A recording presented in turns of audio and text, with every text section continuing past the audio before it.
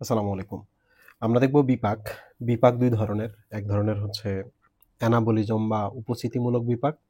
আরেকটি হচ্ছে ক্যাটাবলিজম বা অপচিতিমূলক বিপাক। সো ১ম এ আমরা বিপাকটা দেখার ট্রাই করি।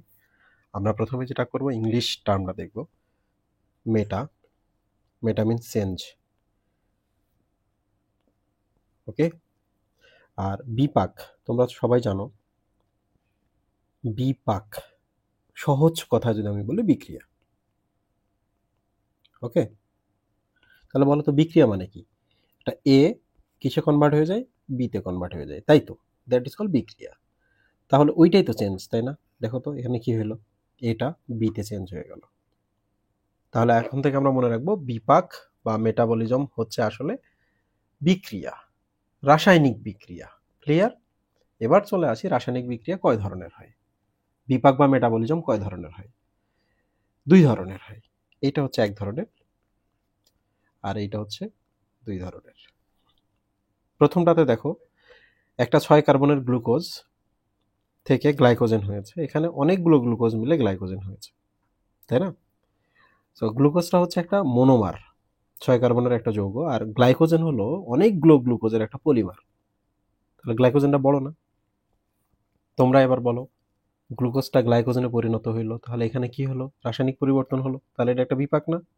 এটা একটা মেটাবলিজম না? ইয়েস, এটা বিপাক বিক্রিয়া বা মেটাবলিজম। কিন্তু ঘটনা হচ্ছে যে এই বিপাক বা এই বিক্রিয়া বা এই চেঞ্জে কি হইল?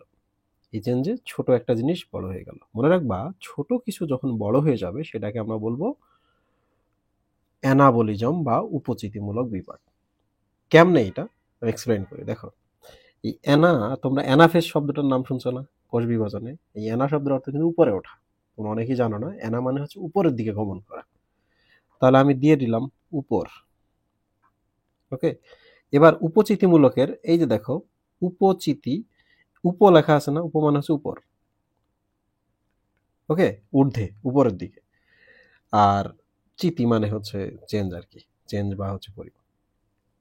তো যাই হোক না কেন, এখন তোমরা আমাকে বলো তো, অ্যানাবলিজম বা উপস্থিতিমূলক বিপাকে কি ঘটনা ঘটে? অ্যানা বা উপরের দিকে, উপ বা উপরের দিকে। উপ মানে উপকারও বলা যেতে পারে। উপকার মানে কি? কাউকে অনেক কিছু দেওয়া। তাহলে বলো তো এবার, ছোট জিনিসটা যখন বড় হয়ে যায়, ছোট রাসায়নিক অণুগুলো যখন বড় রাসায়নিক অণু তৈরি হয়, তখন এটা কি উপরের দিকে গমন করা হইলো, নাকি এটা অধঃপতন বা নিচের দিকে গেল? উপরের দিকে গেল।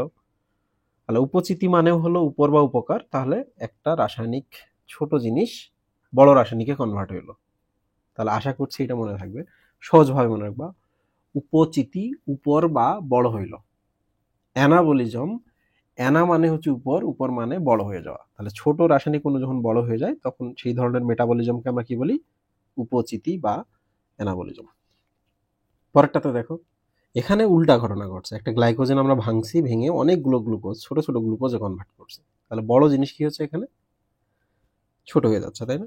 তাহলে এবার বলো তো, বড় জিনিসটাকে কি আমরা অপচয় করলাম না, ক্ষতি করলাম না, অপকার করলাম না? অপকার করা মানে কি? কাউরে কোনো ক্ষতি করা, বা কাউরে হচ্ছে অবক্ষয় করা, ক্ষয় করা। ক্লিয়ার? তাহলে অপচিতি মানে হচ্ছে অপকার, অপকার মানেই মনে রাখবা বড় জিনিস ছোট হয়ে যাওয়া। ঠিক আছে? এবার চলে আসি ক্যাটাবলিজম। কেন আমরা বড় জিনিসকে ছোট হয়ে যাওয়াকে ক্যাটাবলিক মেটাবলিজম বা ক্যাটাবলিজম বলি? ক্যাটা মানে হচ্ছে কাটিং ডাউন। তাহলে দেখো তো, কোনো কিছু কাটিং ডাউন করা মানে কি? কেটে টুকরা টুকরা করা। আশা করছি সবাই বুঝতে পেরেছো। বড় জিনিস যখন ছোট হয়ে যায় সেটাকে আমরা কাটিং ডাউন করলাম, এই জন্য ক্যাটাবলিজম। বড় জিনিসটার আমরা ক্ষতি করলাম, অপকার করলাম, অপচয় করলাম, অবক্ষয় করলাম, এই জন্য এটার নাম অপস্থিতিমূলক বিভাগ। উল্টা দিকে, ছোট রাসায়নিক অণুকে যখন আমরা বড় করি, তাহলে ছোটগুলোর আমরা উপকার করে দিলাম, উপরে তুললাম। আর উপরে তোলা মানে উপচিতি। আর অ্যানা শব্দ মানেই তো হচ্ছে গোয়িং আপওয়ার্ডস, রাইট? উপকার বা উপরের দিকে গমন করা। আশা করছি বিপাক এবং মেটাবলিজম নিয়ে তোমাদের কনফিউশন ক্লিয়ার হয়ে যাবে।